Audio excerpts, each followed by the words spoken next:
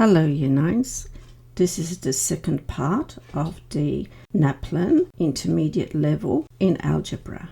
If you finish this, then you can go to the advanced level, which will be coming up very soon, so make sure you subscribe.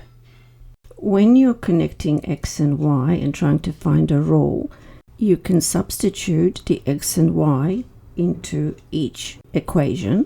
I need to warn you that it's not good enough just to go through the very first pair of coordinates, because if I start with x is equal to 1, then y will be equal to 1, and that will satisfy that equation, but it doesn't satisfy it if you use the coordinates 2 and 4, because when x is equal to 2, y is not equal to 2, it's equal to 4. So it's probably best to do at least 3 coordinates if you're going to do that. But before we start putting it into every single equation, there's something that you could probably use to help you get through this faster. So firstly, have a look at the x values. The x values will increase by 1. Okay, each x value increases by 1. That's important. Now, if you look at the y values, you'll find that they increase by adding a 3 each time. So you might say that for every x value, the y value increases 3 times. And the equation that holds this is y is equal to 3x. This one does not increase by 3. This one does not increase by 3, and this one does not increase by 3. The only one that increases by 3 is this one. Now we just need to check this to confirm that the equation is true. This information means that you do not have to go inserting the coordinates into each equation. Just choose the equation that you believe is the right one, just to check it. So when x is equal to 1, if we insert that, it'll be 3 times 1, take away 2, and the answer will be 1. So that works. What about when x is equal to 2? Y is equal to 3 times 2, and take away 2. What do we get? 6 take away 2 is 4, which fits in with our values. And what about when x is equal to 3? Y is equal to 3 times 3, take away 2, which is equal to 7. So that also fits with our values. There's no need to go any further. It's clear that C must be the answer. Adele wrote out the first 5 numbers in a pattern: 1, 4, 9, 16, 25. Now, what is the 10th number in this pattern? This is a pattern of square numbers. 1 squared is 1. 2 squared is 4. 3 squared is 9. 4 squared is 16. 5 squared is 25. So what is the 10th number? The 10th number is, we just keep on going and we say, what is 10 square? Well, that should be equal to 100. So our number is 100. Here, a rule connecting x and y is this rule here, the equation. What is the value of y when x is going to be 2.5? So we'll substitute 2.5 where x is. This is a mixed number and I'm okay with that. I will leave it as 2.5, and then I'll take away 7. And multiplying 4 lots of 2 gives me an 8, and multiplying 4 lots of halves is 2, so 8 plus 2 means I'll have a 10 here. And so our answer is going to be 3. So I'll just highlight B. Which expression is equivalent to 3 brackets p plus 5 and the end of brackets? This must be now expanded. 3, which is outside the brackets, must come into the brackets. So we'll multiply 3 by p, and then we'll multiply 3 by 5. So first I multiplied 3 by p. Now I'm going to add to it 3 multiplied by 5. Then I simplify this. I'll get 3p plus 15. So that means that our solution to this is B, 3p plus 15. Natasha here is drawing a rectangle on a grid, and she's marked 3 points on it. I can see a point over here and a point down below and a point to the left. Just remember, we're trying to get a rectangle. If I join the first 2 points here, and then I want to join the other 2 points so that I'm making a rectangle, where will my 4th point be to make a rectangle? If I draw a line up here, how far do I go? All the way up to here, and I can draw another line here. I have a rectangle. So my question is here, what is this point here, right down there?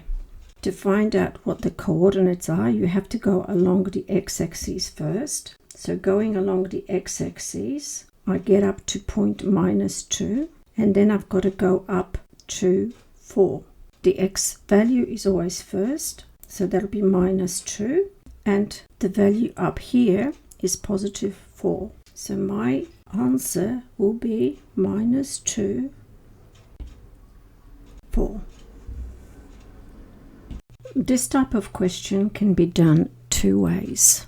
We could just rearrange it for x. So first we remove the 7 by adding 7 here and adding 7 there. And what we get is 3x, which is equal to x plus 3, and 7 is 10. The second part of it is we will remove the x from the right hand side and the left hand side. And now we will have 3x take away x is 2x, and it is equal to 10. So now by dividing by 2, we remove the 2, but we have to do it on both sides, and the x value should be equal to 5. And the second way is to compare the left hand side with the right hand side. So let's say that the left hand side is in here in yellow, and the right hand side is in green, and it's x plus 3. And so now we need to go through a process of substitution. Start with x is equal to 2 and say if x is equal to 2, then left hand side is equal to 3 times 2, which is 6, minus 7, which is going to be -1. And the right hand side therefore would be 2 plus 3, which is 5. And these two are not equal, so x is not one of those values which will satisfy the equation. And then we have to go through the second lot as well.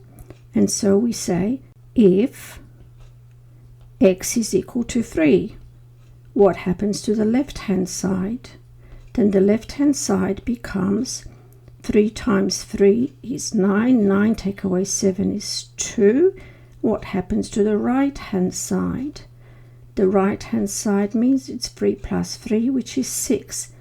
Again, the two sides do not satisfy each other, so this is wrong as well. And then we go to x is equal to 4 and find out that the left hand side is equal to 4 times 3 is 12, 12 take away 7 is 5, and the right hand side is going to be 4 plus 3, which is 7. And again we have a value of x that does not satisfy. And so finally we will hopefully get to that last one, which is going to be if x is equal to 5. And the left hand side for this will be 5 times 3 is a 15, 15 take away 7, is 8, and the right hand side is 5 plus 3, so that will also be 8. And now we've found the correct value of x that will satisfy both equations. Now you need to decide for yourself which way you would prefer to work this out. Answer is D. So if you're year 9 now, working through version 1 is more preferable. Whenever you see a superscript or index, that means a number which is higher above another number or a variable, this is called an exponent. And this number indicates how many times you will multiply that variable next to it, which is m in this case. So how many copies of m am I going to multiply? That too indicates that I will multiply 2 m's. And therefore my answer to this is D. Jamal is using matches to make a pattern of octagons. I'll count the number of octagons I have. 1, 2, 3, 4 so far. With the first octagon, he used 8 matches because 8 is the number for the octagon. When he wanted to make the second octagon, he had to add 1, 2, 3, 4, 5, 6, 7 matches. So it was plus 7. Now altogether he had 15 matches. When he wanted to add a third octagon, he had to add 1, 2, 3, 4, 5, 6, 7 matches again. So he added 7 matches, and now another 7, 15 and 7 is 22. So it's obvious that the last one he's also going to have to add 7 matches, and now he's used up how many matches? 22 and 7 is 29. So the increase always is by 7. If he has 5 octagons, he'll have to increase it again by 7. So we're looking at something which is 7n, the number of octagons times 7. But we also have this one extra match here, which we start off with, because there's 8 at the beginning. So our rule for this particular pattern would be 7n plus 1. That 1 refers to this one here.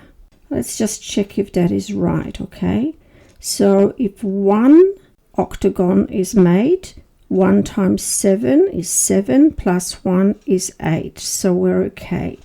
If we make 2 octagons, then 2 times 7 is 14, and 14 plus 1 is 15, which we did count here, 15 matches. If we make 3 octagons, then 3 times 7 is 21, and we want 22, so plus 1. It seems to work that way, so therefore our answer must be A. So now we're ready to start with the advanced level. So subscribe and you'll get the next video.